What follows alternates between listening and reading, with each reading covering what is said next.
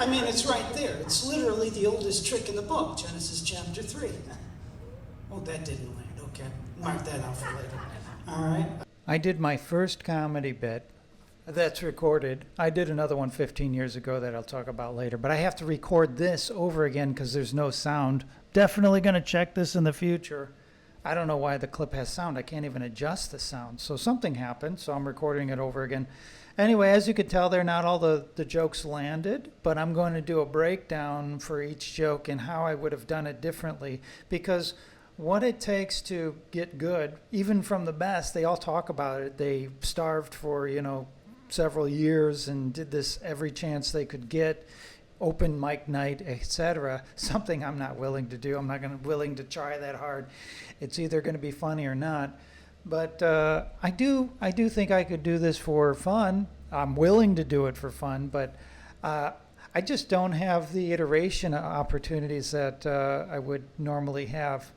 But because I have to get up early, and a lot of these things are late. Anyway, I'm going to break this down for you, what I would do differently. I'm going to comment on all the jokes. And so let's continue from the beginning. Have you ever studied the Bible from the devil's perspective? For all we know, the devil was up in heaven, sitting on a cloud, strumming a harp, minding his own business, when God taps him on the shoulder and says, I just put 2 humans in all-you-can-eat buffet garden, and I'm tasking you with getting them to eat the only thing that I told them not to eat.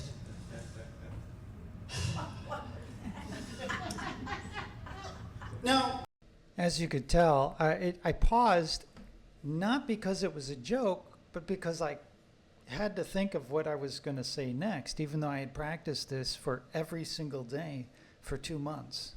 That's why, look, and still I made mistakes, but I enjoyed it. It was a little rough starting off. I stuttered a couple of times, but once I got into it, I actually jumped past some of the jokes, and I don't give them the opportunity to laugh, which is a problem. You have to give them the opportunity to at least laugh, but it takes discipline to stop and let them pause. But this wasn't the place to pause. So what I could have done was say, no, that wasn't a joke. I just can't think of my next line. And maybe they would have laughed at that. Who knows? I mean, you can't get an easier crowd than a church crowd. And this was a mixed bag, So here we go. They're going to be full all the time because they can practically eat everything. So you might be down there for a while. And oh, by the way, I told them that if they did eat of that thing, they would absolutely die. Good luck. Go ahead. And so, it doesn't seem as easy now, does it? Devil's probably like, God always gives me the crappy jobs. Beginning to think he doesn't like me very much. However, we all know how that went. It turns out it's not all that difficult to get a woman to eat outside of her diet. Who knows? I've been married 13 years. A little suggestion on a Friday night and diet deleted. I mean, it's right there. It's literally the oldest trick in the book, Genesis chapter 3. Oh, that didn't land. Okay. Mark that out for later.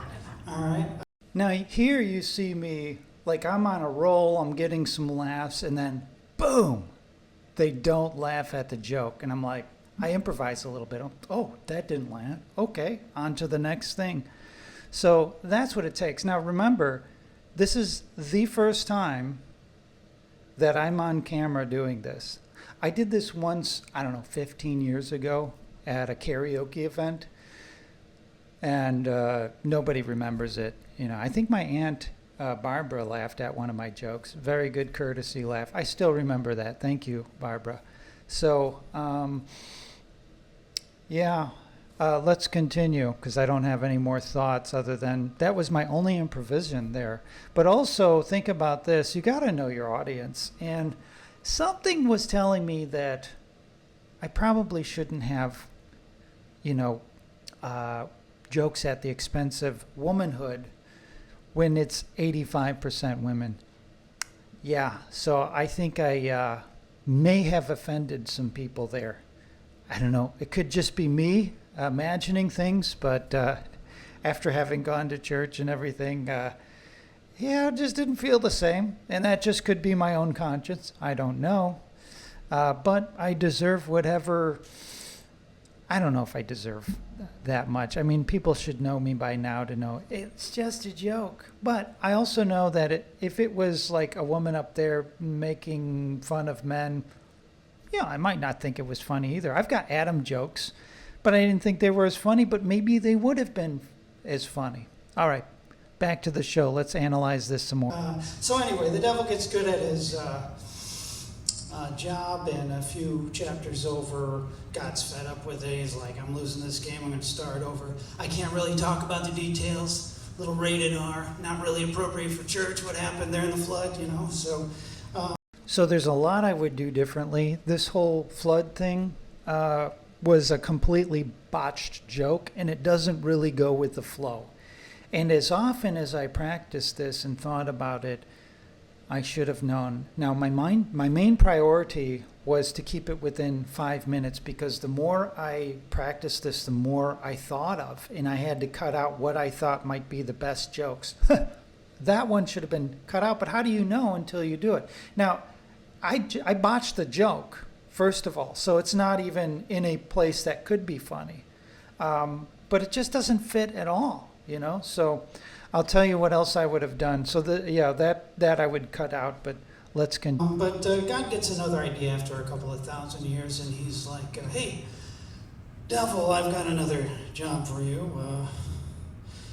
I'm going to send a second Adam down, and for those of you who don't know, that's Pauline theology for Jesus Christ. And this second Adam isn't going to be married to a woman, so it'll be a little more difficult for you.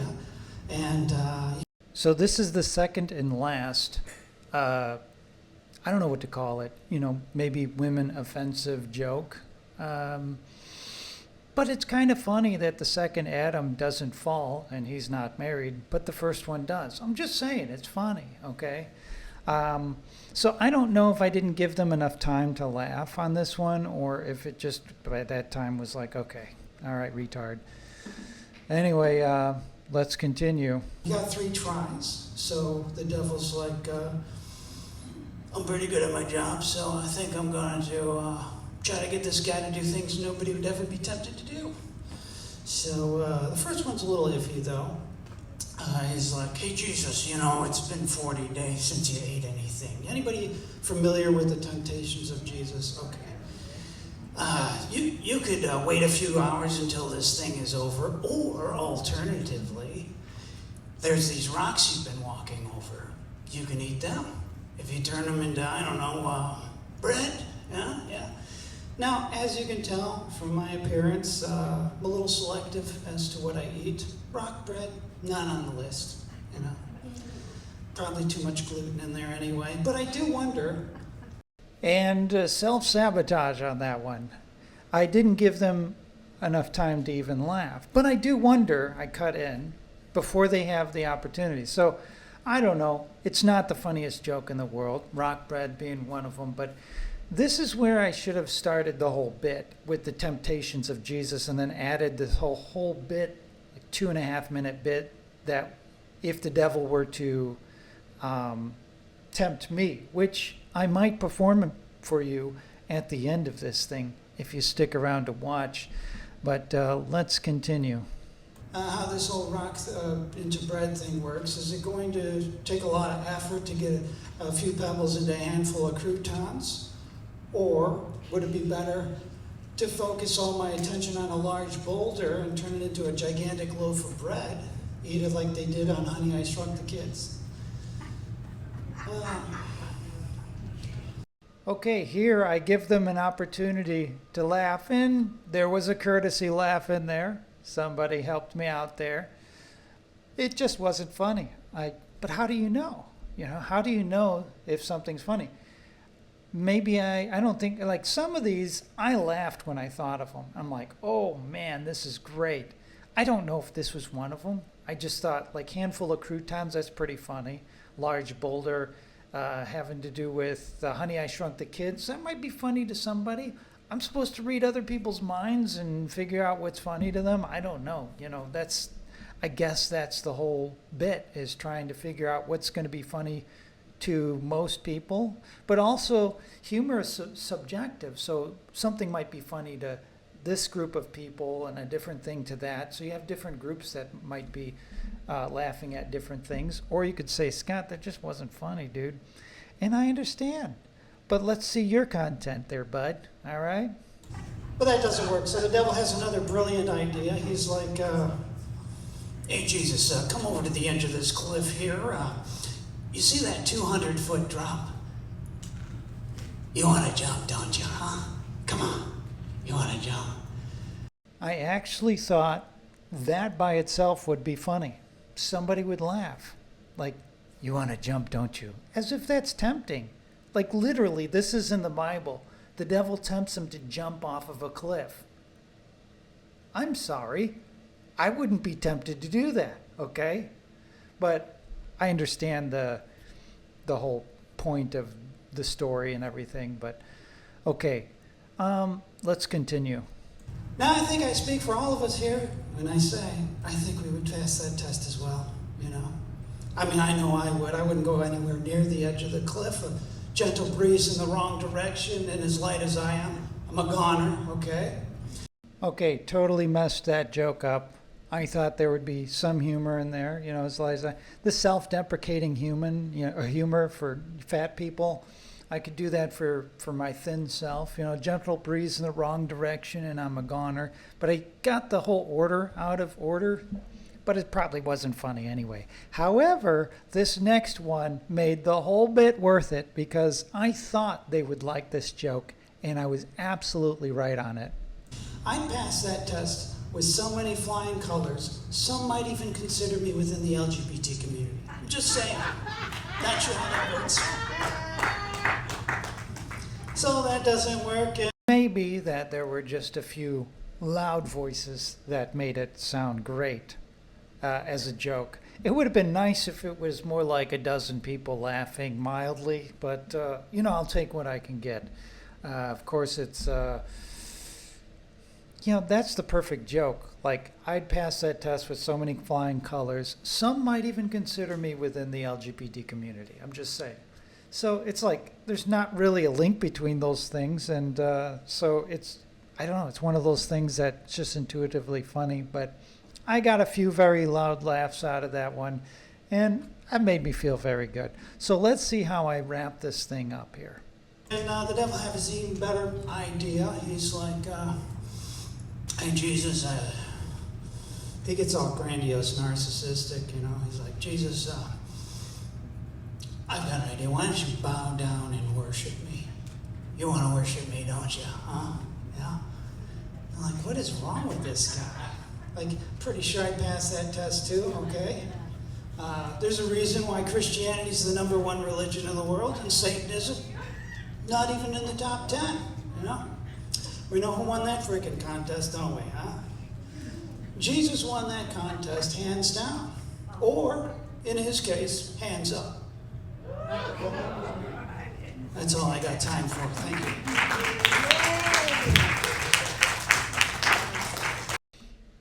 Now, I think somebody else does that joke, because that joke came to me. I actually had all three of these reversed, in reverse order, when I was practicing it originally. But once that came, Jesus won that hands down, or in his case, hands up. I was like, okay, that I have to put at the end. So I reversed it into the proper order. And yeah, that didn't land as well as I thought it would. Maybe they were too scared to laugh. Maybe it's a little bit offensive. I don't know. It's a joke, okay? So what I should have done was start with the temptations of Jesus, get rid of all of the other stuff, not do the offensive to women thing about the second Adam, or I could have, but if you lead with that, you know, with this crowd, I don't know. But what I could have done was leave the temptations of Jesus in there and then do my own. And mine would have been something to this effect. I know how the devil would get me. He'd be like, hey, hey, Scott, why don't we go over to the local Best Buy and See how many aisles you make it down before you buy something you can't afford, huh? Yeah. Here's this credit card with your name on it. I had to increase your credit score several hundred points, but you're approved. It's 5,000% interest, but he'll deal with that later. And so then I would continue. Me and the devil would be in front of the TV section, and I'd say, my living room TV is only 48 inches. Seems like 70 would be more appropriate. God's into big things, like Noah's Ark, for instance, New Jerusalem, all those things. And I know this is stupid. That's probably why I cut the whole thing out. But let's see. I'd be buying stuff I don't even know I want yet. If it fits in the card, it's as good as art, huh? Yeah, I know that sucks too. But that was part of the bit there. And let's see. I'd walk out of there with a couple of new TVs, a sound system, MacBook Pro, and I don't know if I messed that one up, but I haven't practiced this in a while. And Devil would be like, "Hey, you, you lost the test. You failed the test." Anyway, I can't do the bit. It's too bad. It's too awful. It's not good. I'm glad I cut it from there. So anyway, maybe I'm not such a comedian after all, but it's a fun thought. What are your thoughts? Was there anything worthy of this? I already know the answer to that based on the the lack of response I've had. But you know what? It's okay to laugh at yourself. And honestly, if the professionals took a long time to get where they're at, like, I'm not going to be able to do that. No. But when I first thought of the words comedian Scott Nutter, it was like, oh. Scott Adam talks about when he said, when he heard Dilbert for the first time, he saw into the future or whatever. It's kind of the feeling I had. I'm very comfortable with being a comedian, but you really have to have good jokes, good delivery, good timing, all that stuff. So it might take a while to get there. But the good news is I'm not really embarrassed that much, although I didn't perform the bit very well. So I'm a little bit embarrassed. It doesn't seem like good. Oh well, next year maybe I'll sing a song or recite a poem or something. Or maybe I'll find some more content that is less offensive to the crowd, which would be more appropriate. Self-deprecating, whatever. All right, thanks for watching. Let me know what you think in the comments below, and you'll see me next time.